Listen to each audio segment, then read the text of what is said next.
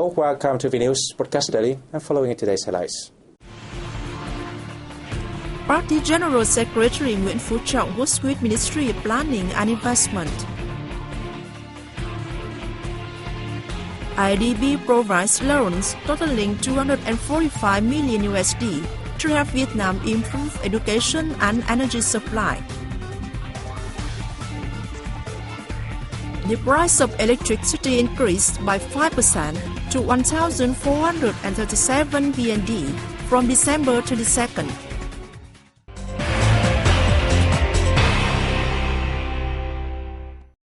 Party General Secretary Nguyễn Phú Trọng underscored the extremely important role of the Ministry of Planning and Investment in proposing and organizing the implementation of national socio-economic development plans. He worked with the ministry's officials in Hanoi on December 22nd. Minister of Planning and Investment Bùi Quang Vinh reported that the ministry has worked on a total of 240 bills, decrees, resolutions and projects over the past 2 years. The documents provided a foundation for the Politburo, the National Assembly and the government to promptly issue resolutions and decisions suitable for the country's reality. The ministry has also helped the government issue policies to attract and utilize foreign direct investment and official development assistance efficiently. The party leader asked the ministry to resolve overlapping plans, reduce ineffective investment, and deal with barriers in investment capital licensing and registration, as well as improve statistical data to confirm its special role in the nation's socio-economic development. Prime Minister Nguyễn Tấn Dũng returned to Hanoi on December 21st after his attendance of the ASEAN-India Commemorative Summit in New Delhi, India. Before leaving, Prime Minister Dũng met with his Indian counterpart, Manmohan Singh. Prime Minister Dũng hailed India's successful organization of the commemorative summit as an important milestone in history of friendship and strategic cooperation between India and ASEAN, and that with Vietnam. He said Vietnam insists on consolidating and furthering the reliable friendship, long-lasting tradition, and strategic partnership with India.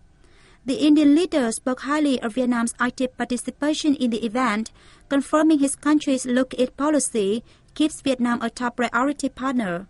The two prime ministers agreed to raise bilateral trade to $7 billion by 2015 and affirmed the importance of maintaining peace, stability, maritime security and safety in the East Sea.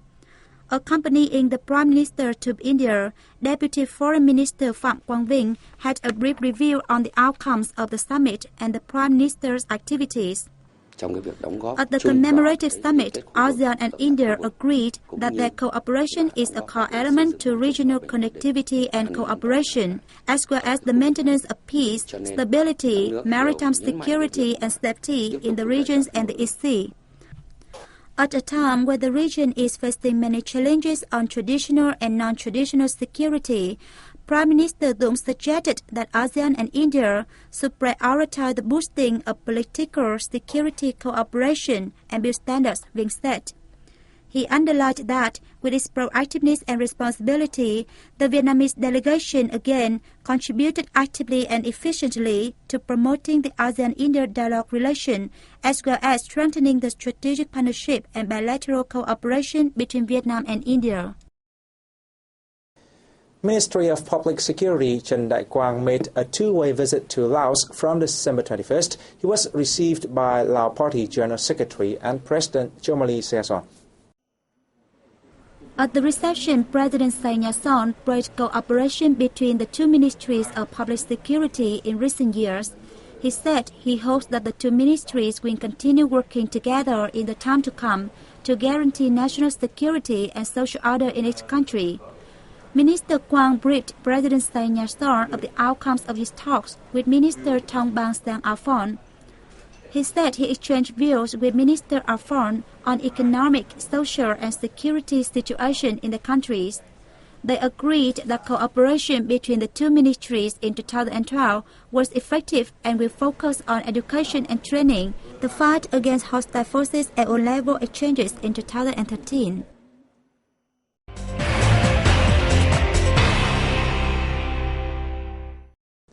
The State Bank of Vietnam and the Asian Development Bank have signed 3 loan agreements totaling $245 million to help Vietnam improve education, energy supply, and natural disaster risk management. We have more. The first $90 million loan will go towards Phase 2 of the Upper Secondary Education Development Project. Its purpose is to increase the competitiveness of labourers aged 18 to 24 by improving upper secondary education to meet international standards.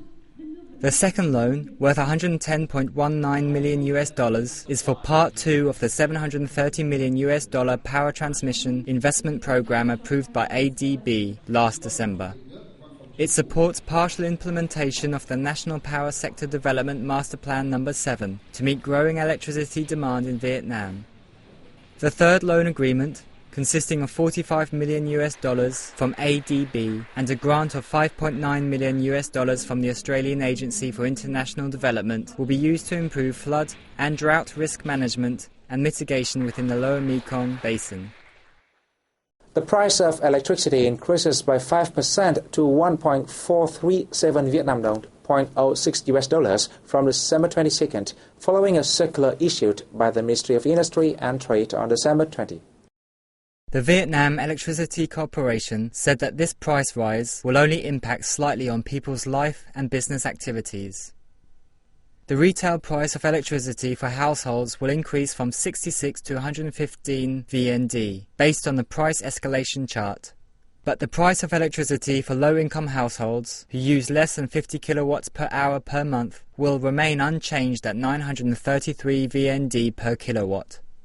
This electricity price rise is part of the coal and gas price rise roadmap. Vietnam Electricity Corporation buys electricity from power plants and sells it to people through its distribution system. Therefore, it can't sell electricity at a price that is lower than the price it buys. With this price rise, Vietnam Electricity Corporation expects to see an increase of 7 trillion VND in revenue. This is the second time prices have been hiked this year, after a 5% increase in July.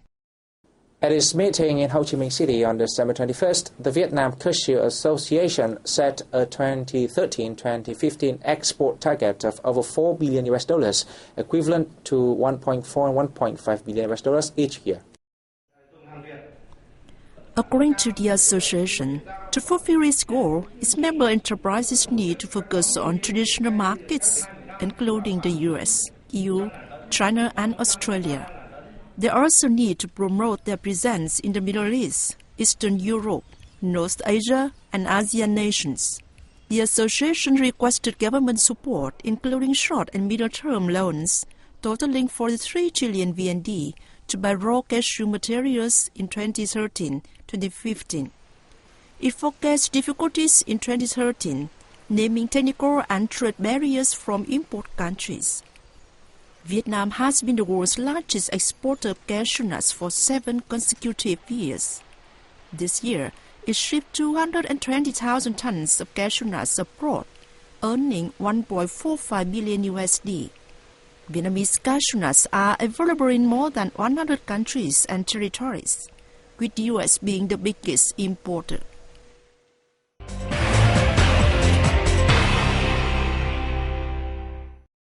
The second Hanoi Ca Chu Singing Festival took place at the Temple of Literature on December 20th and 21st, aiming to preserve Ca Chu ceremonial singing and promote its precious values in response to its declining popularity.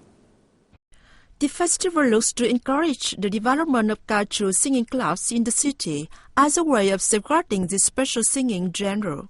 Ca Chu was recognized by UNESCO as an intangible cultural heritage in need of urgent safeguarding in October 2009.